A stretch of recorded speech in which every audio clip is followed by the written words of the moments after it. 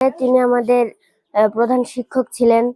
আমাদের খুবই স্নেহ ও পরম যত্নে আমাদের শিক্ষাদান করেছেন।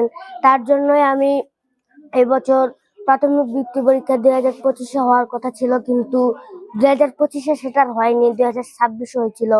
তার এই দিক নির্দেশনা আমি নিয়ম মেনে চলে আমি এবার ট্যালেন্ট পুলে বৃত্তি পেয়েছি। অত্যন্ত ভালো ছিলেন। তিনি আমাদের সঠিক দিক নির্দেশনায় পড়াশোনা করাতেন।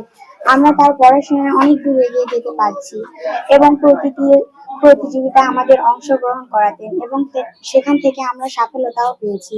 তার জন্য আজ আমরা অনেক ভালো পড়াশোনা করছি। আশা করি তিনি যেন অবসর সময় অনেক ভালো থাকে। আমি গোল্ডেন প্লাস পেয়েছি।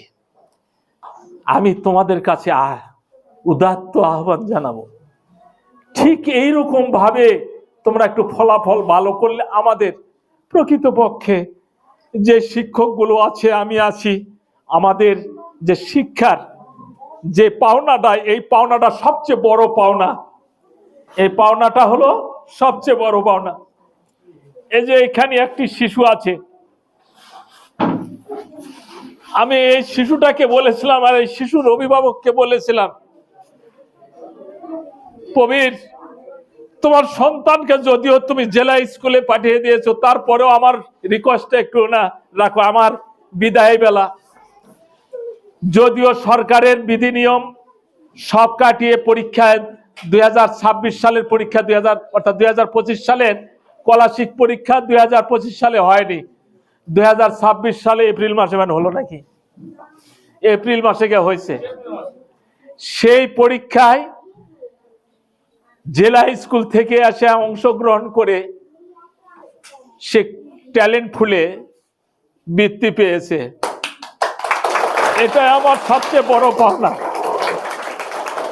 আমার পাওনাটার মধ্যে সবচেয়ে বড় পাওনাগুলো এই সব। তা আমি তোমাদের কাছে অনুরোধ করব, তোমরা যে ভালো মনের মানুষ হওয়ার জন্য যে শিক্ষাটা গ্রহণ করতেছো, আলোকিত মানুষ হওয়ার জন্য যে শিক্ষাটা গ্রহণ করছো, এই শিক্ষার মধ্যে প্রতিযোগিতা নিয়ে আসো।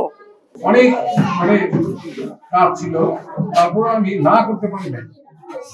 একটা মানুষ সারা জীবন একটা 34টা বছর 36টা বছর সকাল 9টায় আসছে, আবার বিকাল 4টায় চলে গেছে। এই যে কাজের একটা এটা হঠাৎ করে তার বিঘ্নিত হবে, তার মনে একটু কষ্ট হবে। তারপর আমি বলবো যে শিক্ষকদের আসলে মনে কোনো কষ্ট নাই। শিক্ষক তো তার উত্তরসূরি রেখে যাচ্ছে।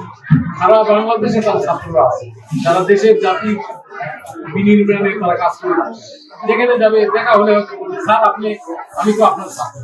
এই যে পরম পাওয়া, এই যে শ্রদ্ধার একটা ছিলেন, আমি মনে করি বাড়ি সাহেব তোমাদের মধ্যে সেই সম্পর্ক নিয়ে রেখে যাচ্ছেন।